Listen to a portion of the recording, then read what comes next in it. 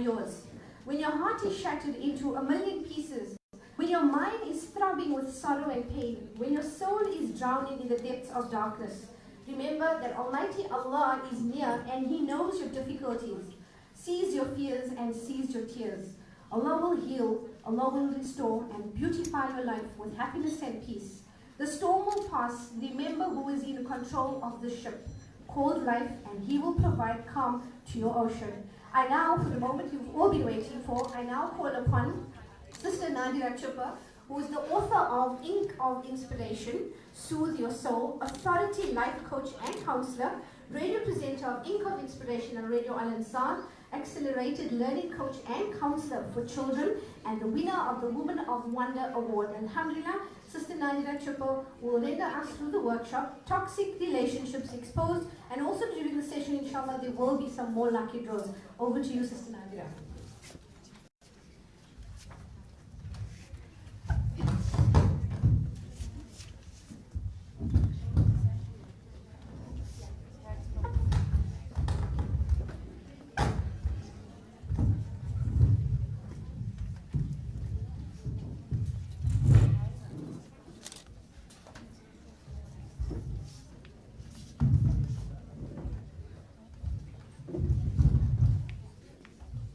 Assalamu alaikum wa rahmatullahi wa barakatuh.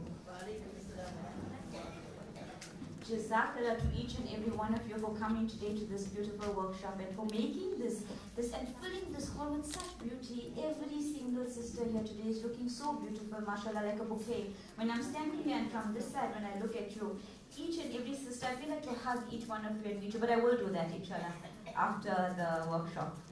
So, Bismillah ar-Rahman ar-Rahim, Rabbi shrah li sadri wa yassir li amri wahlul 'uqdatan min lisani yafqahu qawli. So today we're discussing toxic relationships. You know, when I started advertising for this program, Toxic Relationships, many sisters asked me, what do you mean by a toxic relationship? You know, what is a toxic relationship? So when you think of the word toxic, what does it imply? What does it mean to you? Something that's poisonous, yes, something that's venomous, something like doom, you know, when you spray a cockroach and it dies. And we think if we consume something that's toxic, obviously it's detrimental to our health, you know, our physical health. Now let me ask you a question. What happens to our emotions, our mindset, our heart, our mind and our soul when the people we love, as well as ourselves, hurt us with toxic words and actions? It's the same thing that happens to your physical body. It's detrimental to your emotional and to your mental health. So in simple terms, a toxic relationship is any relationship that is harmful to your heart, to your mind and your soul. Any relationship that extracts that happiness, that peace and that contentment and that sukoon, as we say, of your everyday life. It could be your relationship with your parents, your relationship with your siblings, with your spouse. And many people thought that it was only going to be, you know, toxic relationship, probably a relationship with your spouse. But no, this is a journey of a woman, a journey of every woman, from childhood up until we reach an old age. So I'm going to explore every relationship that we have on this temporary journey called life, and explain to you how, when we are hurt by words, when our soul is stabbed by wounds from people that we love, people that we don't expect to hurt us, how do we respond? How do we react? So we start off with our childhood, inshallah. Okay, so since this topic is extremely heavy, it's extremely intense, what I'm going to do is, I'm going to do childhood, we're going to stop for a draw, a lucky draw, and continue each relationship like that. Okay? So first let's move on to Bismillahirrahmanirrahim, your childhood. So relationships from our childhood, which we carry burdens from, it's called emotional baggage. Right? We carry this throughout our life. Each sister seated here today has challenges that we don't know of. Each sister has a challenge within her heart, her mind, and her soul that the sister sitting next to you doesn't know of. Perhaps your parents don't know of, your spouse doesn't know of, because it's within you. None of us are walking around with signboards saying, this is my challenge for today. But we all have wounds that we need healing from. Each and every one of us. You know, the sister who's seated next to you may be going through depression, but what do you see? What do we see? We see picture perfection, a picture perfect smile. This is the world we live in. Nobody wants to expose this, guys. No one tells you this is what I really feel. All you see is a beautiful smile. So going back to our childhood, our strongest relationship on earth is with our parents. That's where the foundation of every relationship starts from, with our parents. So our parents, Allah Ta'ala has given them a huge responsibility, and we as parents also, we have such a huge responsibility because we now program the minds of our children. So your values, your morals, every single thing comes from your parents, and especially your mother. Our mothers, our madrasa, our first madrasa is the lap of your mother.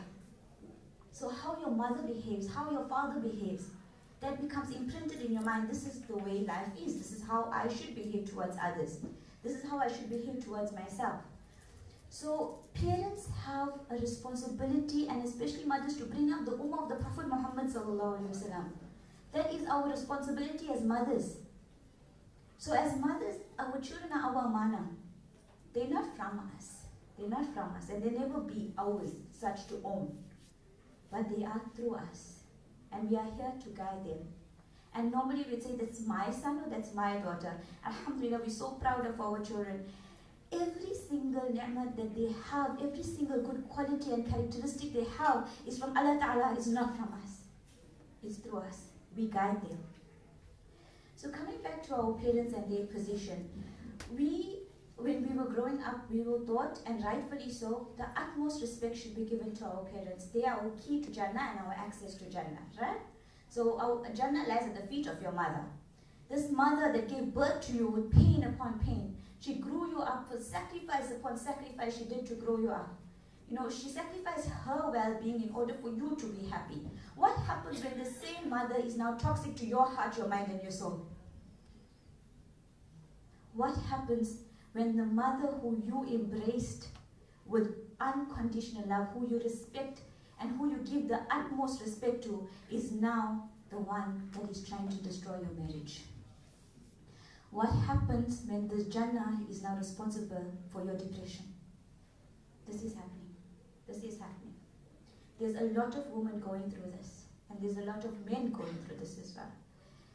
But we have to remember, my sisters, it's the most difficult question to hear, and it's the most difficult question to accept, and it's something that is very difficult to acknowledge in our life, that our mother could be intentionally sabotaging our happiness and our peace.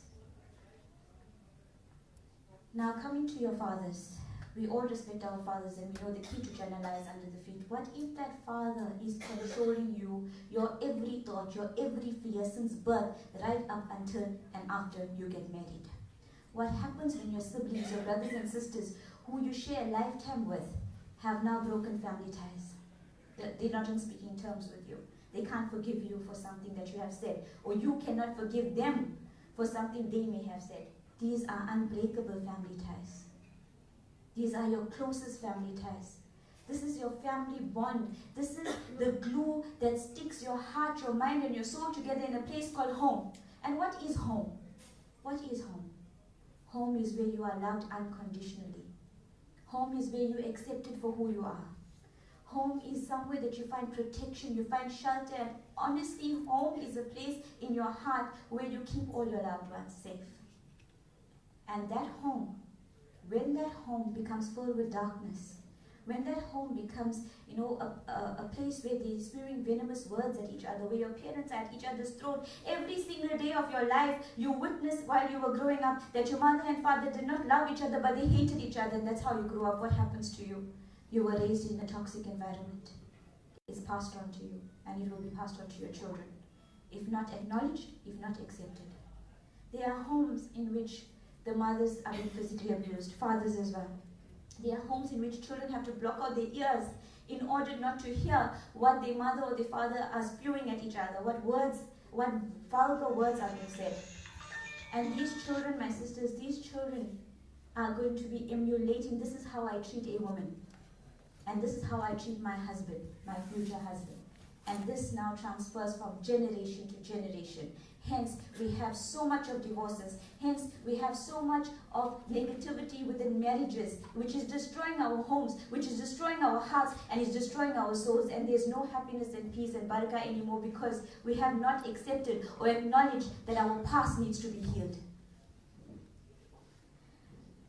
So these issues, my sisters, are something that I deal with on a daily basis. There are sisters coming to me daily for counseling with regard to a toxic mother as such. For example, and this is something that a sister wanted me to highlight at this workshop. She was married for 6 months.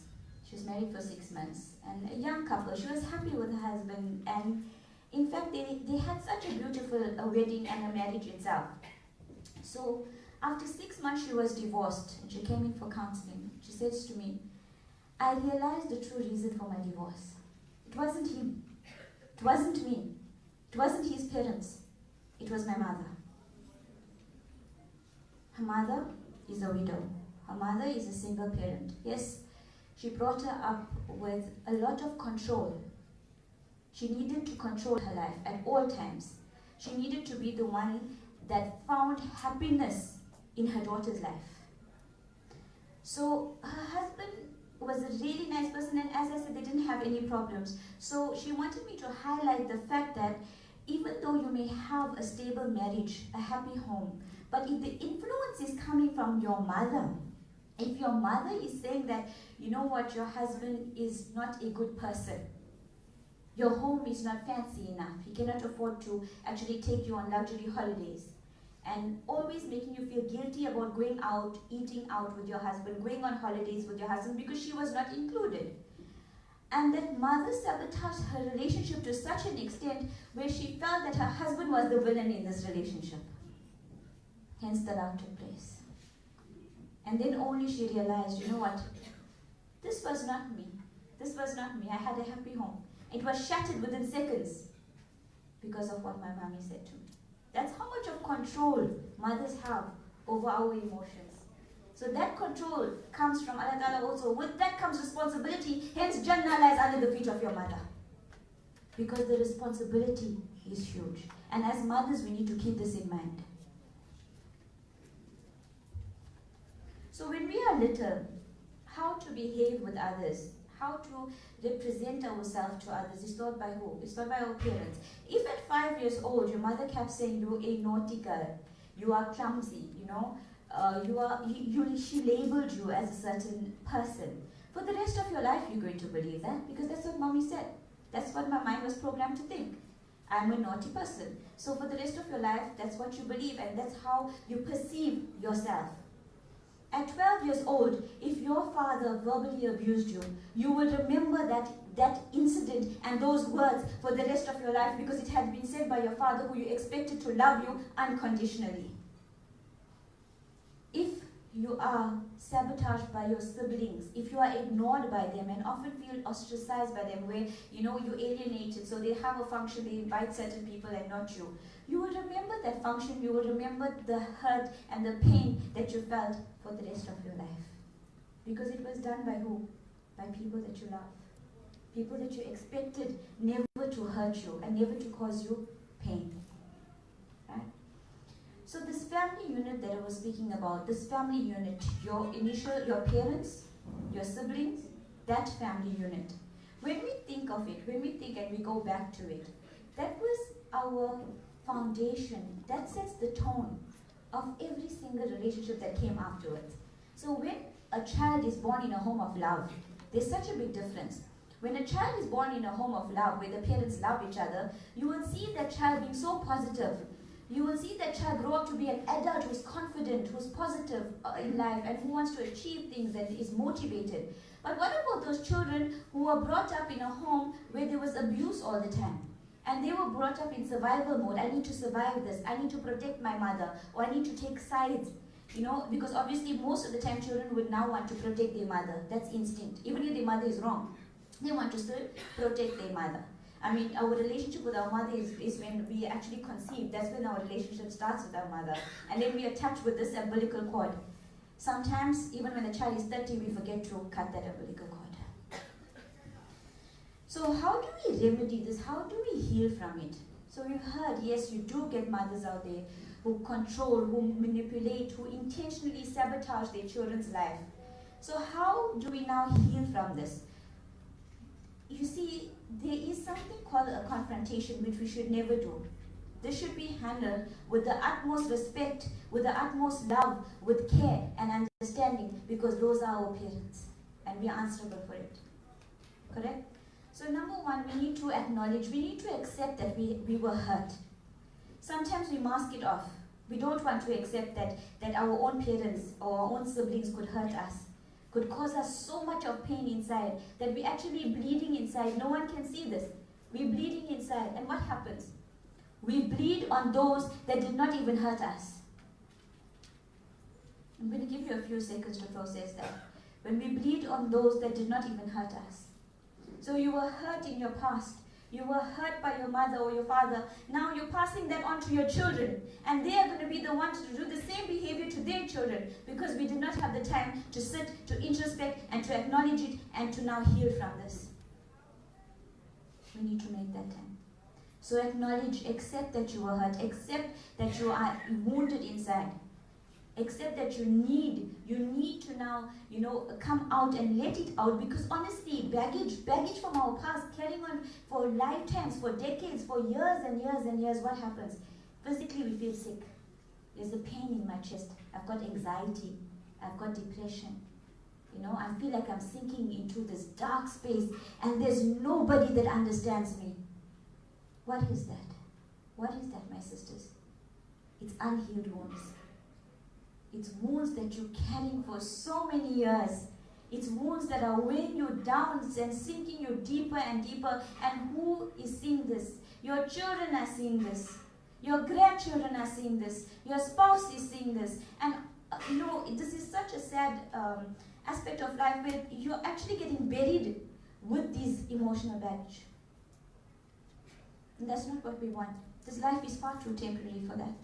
And our relationships are far too precious for that. So the second step is we need to remember now, our mothers and our fathers, they need healing. They were individuals, they were people before they became our parents.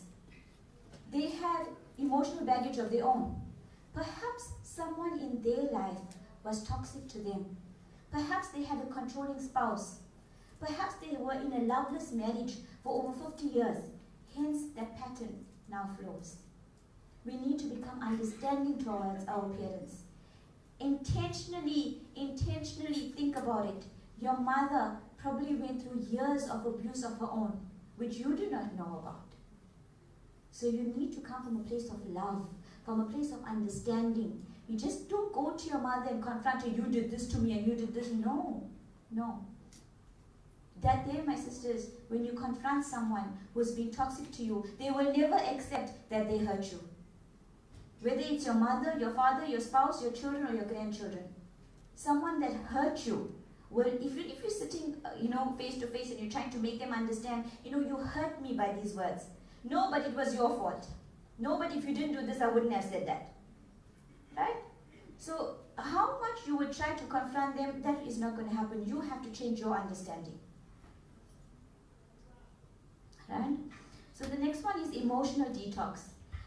We often speak about detox, about physical detox. Okay, we're going to take this cleanser today to cleanse our system, and we're going to take that laxative tomorrow to cleanse our system. Unfortunately, there's no laxative for emotional detox. There's nothing that we could take to actually, remove all those wounds, but there's hard work. Emotional detox. I'm not sure if you've heard this before, but emotional detox is a step-by-step strategy in order to heal those wounds, in order to remove that baggage, and to live a happy, a peaceful and content life with yourself, with your Creator, and with everyone and all your relations on this earth. So emotional detox starts off with forgiveness. Forgiveness. Such a big word, forgiveness. Forgiveness to who first? Forgiveness to yourself. How do you forgive yourself? Forgive yourself for what you didn't do anything. Someone was hurting you. How do you You have to forgive yourself for allowing yourself to be hurt, for allowing yourself to feel that pain. I need to forgive myself. I need to open my heart, look inside, and forgive myself. Then I need to forgive the one that hurt me, even if they do not ask you for forgiveness. And this is the most difficult thing that anybody could do. But it needs to be done. Why does it need to be done? Because healing cannot take place. Healing cannot take place if you do not forgive the person that hurt you. Correct? Allah Ta'ala encourages us to forgive. We seek forgiveness from Allah Ta'ala, yet we're holding so much resentment to the ones that Allah Ta'ala created and bestowed upon us as gifts. So another point is we need to stop seeking validation, which is people pleasing. Again, someone hurts you. There's this vicious cycle. Someone hurts you. They say something extremely hurtful, painful to you. What do? You try to please them. No, you try to prove them. I'm not this person. I want to show you I'm not this person. So you spend that energy, it drains you of energy. I'm trying to prove myself day in and day out that I'm better than that. I'm not what you think I am. No, I'm better than that. And what you're doing is giving that person more power to further manipulate you and to bring you down. So my sisters, today, when it comes to your parents, when it comes to your loved ones and that family unit, remember, a home is supposed to be your place of paradise on earth. A little bit of it. So how do you beautify this? By introspecting. Take time out to introspect on every relationship that you have on this earth, every loved one, every hurt, every pain that came from your childhood that you carry today and that you're going to carry into the future. So inshallah, that was the childhood toxic relationships. After the draw, we will do the spouse and children toxic relationships. Jazakallah.